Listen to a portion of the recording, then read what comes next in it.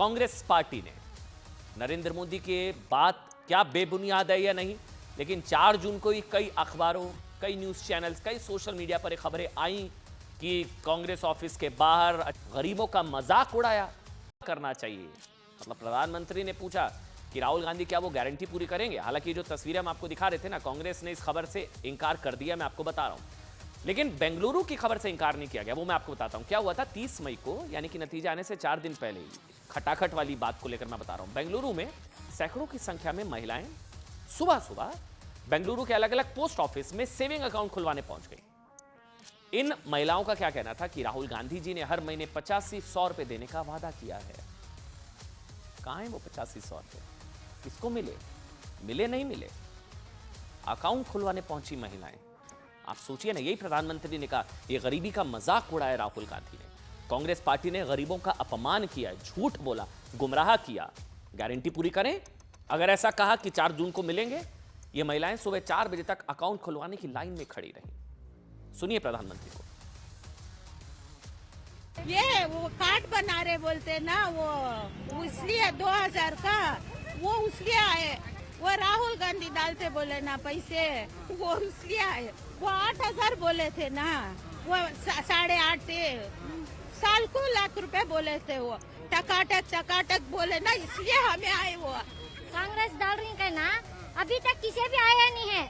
महीने को डालती है, अब उन्हें जीते के बाद भी डालती रही सो। अब जीते की नहीं जीते, वोट में तो डाले ना, कांग्रेस कुछ ना वोट डाले की नहीं दे रही पैसे। इतनी क्यों कहीं को खड़ा आदमी को तकलीफ दे रही। अच्छा, प्रधानमंत्री ने क्या कहा वो मैं आपको सुनाऊंगा, लेकिन आपने पहले महिलाओं को सुना। ये दरअसल नतीजे आने से पहले 30-31 तारीख को बेंगलुरु में महिलाएं वहां पर पहुंच गई थी। इस तरह की खबरें आई कि 4 जून को भी यही सब हुआ। पोस्ट ऑफिस के कर्मचारी महिलाओं को समझाते रहे कि भाई अभी कोई ऐसी स्कीम नहीं है कि आपको 8,500 रुपये मिल जाएंगे, ऐसा कुछ नहीं है। अभी जो नतीजों के बाद देखा जाएगा। लेकिन शायद गुमराह इस तरह से किया गया, इस तरह से जो है फेक न्यूज़ फैलाई गई, प्रोपेगेंडा। मतलब महिलाएं वहां पर अड़ी रहीं कि राहुल गांधी जी ने कहा है कि वो एक झटके में खटाखट भारत की गरीबी मिटा देंगे। लेकिन महिलाएं नहीं मानी। आप सोचिए वो महिलाएं खुद को कितना मतलब ठगा हुआ महसूस कर रही होंगी, जो राहुल गांधी के खटाखट वाली चुनावी स्कीम, या प्रधानमंत्री के शब्द में कहें तो गुमराह जो किया गया, वो झांसे में फंसकर रात भर अकाउंट खुलवाने के लिए बैंक पोस्ट ऑफिस में खड़े रहेंगे। अब कहां है वो? अब 85-100 रुपए। अब तो सवाल पूछा जा रहा है राहुल गांधी जी से, कहां है वो? मिलेगा इन महिलाओं को? प्रधानमंत्री ने कांग्रेस की इस खटाखट स्कीम की ना, एक तरीके से आज उसको गुमराह करने वाला बताया। एक शब्द को ध्यान से सुनिएगा प्रधानमंत्री के। देश के सामान्य नागरिक को गुमराह करने के लिए जो पर्चियां बांटी कि ये देंगे और वो देंगे और टिकना देंगे, फलाना देंगे। 2 दिन से मैं देख रहा हूं कि कांग्रेस के दफ्तरों पर लोग कतार लगा के खड़े हैं कि ये पर्ची है, 1 लाख रुपया कहाँ है, लाओ भाई। मांग रहे हैं लोग। यानी आपने जनता जनार्दन की आंखों में कैसा उनको भ्रमित किया, कैसी आंख में धूल झोंक दी। तो क्या वाकई कांग्रेस पार्टी ने, राहुल गांधी ने देश को गुमराह किया? ये सवाल हम आप पर छोड़ते हैं।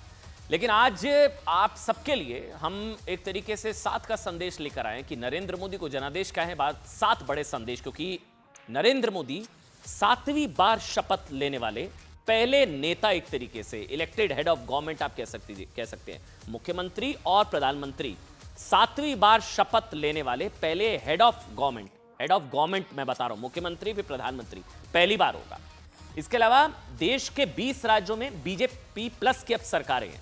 20 राज्यों में, ओडिशा में भी, अरुणाचल में भी, अब तो आंध्रा में भी है 20 प्लस एनडीए।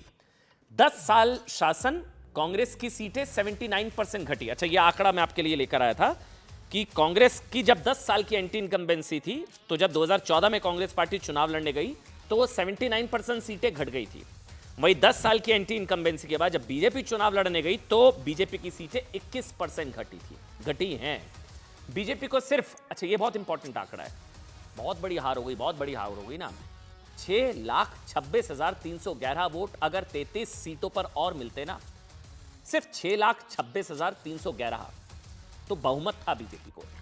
कांग्रेस की 2014, 19, 24 की सीटें अगर मिला भी देना तो भी बीजेपी से कम है सीटें। तो भी चुनी हुई सरकार के मुखिया के तौर पर मोदी ने एक तरीके से नेहरू का भी रिकॉर्ड तोड़ दिया। अच्छा हाँ, ये भी बताना जरूरी है क्योंकि चुनी हुई सरकार, प्रधानमंत्री Narendra Modi longest serving head of elected government 8,277 दिन और नेहरू जी थे 6,130 दिन। नेहरू का भी रिकॉर्ड तोड़ा है क्योंकि मुख्यमंत्री और हेड ऑफ इलेक्टेड गवर्नमेंट की मैं बात कर रहा था। कांग्रेस 14 राज्यों में शून्य पर रही, 18 राज्यों में वोट शेयर कम हुआ। 14 राज्यों में शून्य पर, 18 राज्यों में वोट शेयर कम। दक्षिण भारत में कांग्रेस से ज्यादा वोट बीजेपी को मिले हैं। ये बहुत इंटरेस्टिंग है, ये बहुत कम लोगों को पता होगा। अगर आप वोट देखेंगे तो दक्षिण भारत में बीजेपी को कांग्रेस से ज्यादा वोट मिले। आगे बढ़े सुर्खियों के साथ।